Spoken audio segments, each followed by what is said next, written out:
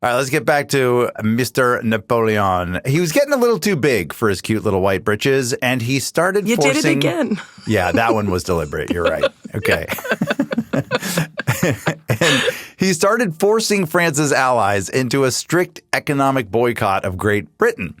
Most went along with this, but there was one holdout, one stick in the mud, and that was Russia. Napoleon did not think that was very bon. So, guess what he did? What do you do when another country pisses you off? Tariffs? Good answer. Not correct. You just invade. Yeah. You're pissed off at another country, you invade them. It's June 1812, and Napoleon is really feeling himself big time. He's giving major "I alone can fix this" vibes, and he's got the largest army Europe has ever seen, 650,000 troops. And that's not even counting all the mimes who are just pretending to be troops.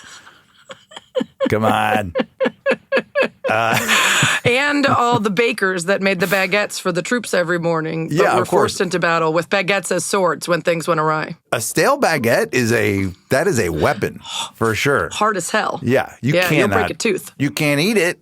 You're going to use it on the battlefield for sure. Can I ask you an honest question, Ed? Yes. How many guests do you have on this podcast who are listening along and you could tell by their face that they recognize all the dates and names you're saying and then suddenly realize they retained nothing from school?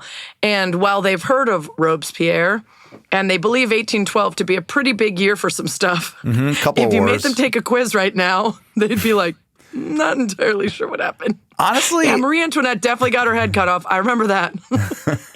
It doesn't matter. Like that's what I'm here for. We're just hanging out, enjoying it together. And some of these things, like, you know, I dip into them as like new research projects from like episode to episode, but I don't retain stuff either. No, I was going to say if we learned one thing from history, it's that we don't remember history.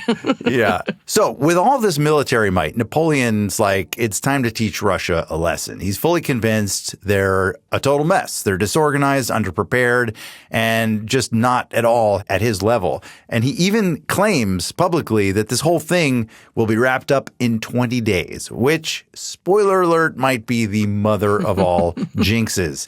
I'm curious. You're an athlete.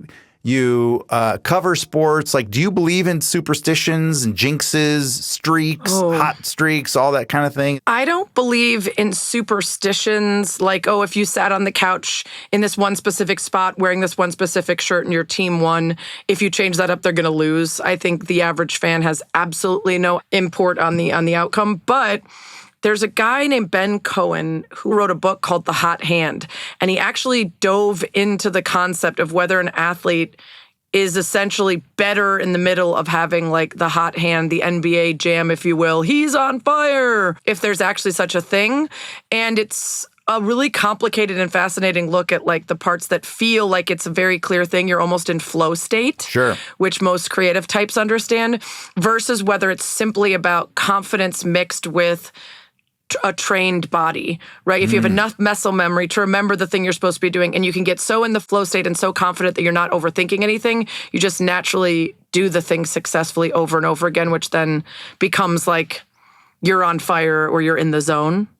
So I believe in it for the athlete. I do not believe in it for the fan. I still feel like if I wear the wrong color socks, the Dodgers will lose. So that's... Well, keep wearing them then, because I'm a Cubs fan.